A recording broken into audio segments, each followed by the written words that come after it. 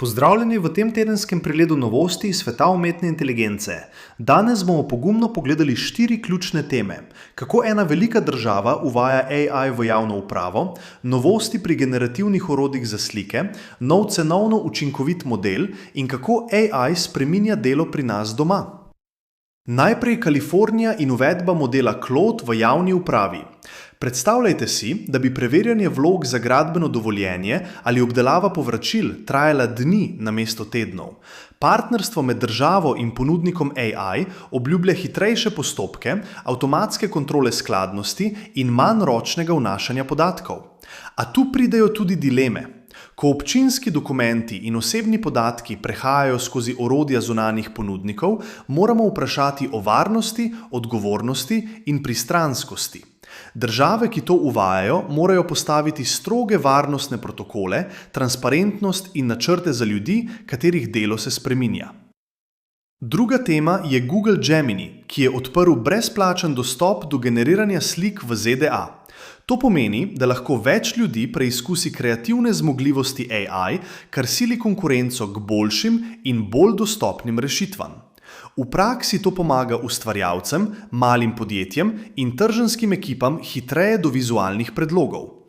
Toda dostopnost prinaša tudi vprašanja: deepfakei, avtorska pravica in etične meje ustvarjanja podob. Prihodnost bo odvisna od tega, kako hitro se bodo razvile standardne prakse in regulacija, še posebej v regijah z močnejšimi zahtevami za varstvo osebnih podatkov.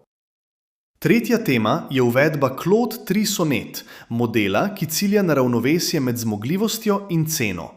Takšni srednje zmogljivi modeli so pomembni, ker omogočijo uvedbo AI tudi manjšim podjetjem brez visokih stroškov.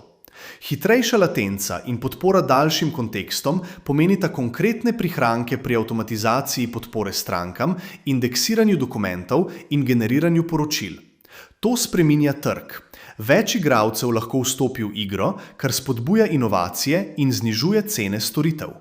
Hkrati to pomeni, da morajo podjetja paziti na kakovost podatkov, etiko uporabe in upravljanje stroškov v praksi.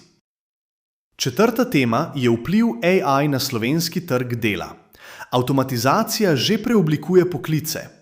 Nekatera rutinska delovna mesta izginjajo, hkrati pa raste povpraševanje po podatkovnih analitikih, inženirjih strojnega učenja in strokovnjakih za kibernetsko varnost.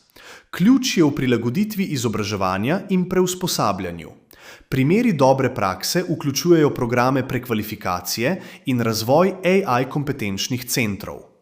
Če država in podjetja vlagajo v vseživljenjsko učenje, lahko zmanjšamo socialne stroške prehoda in izkoristimo priložnosti, ki jih prinaša digitalna preobrazba.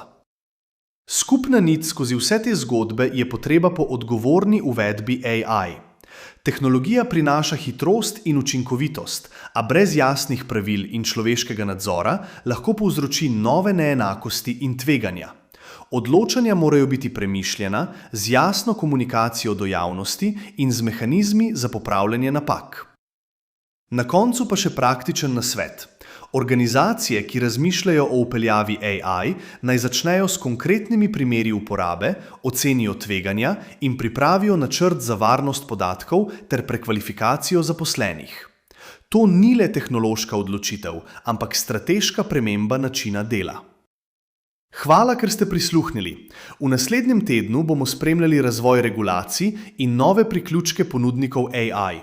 Spremljajte nas za nadaljnje povzetke in praktične vpoglede v svet umetne inteligence.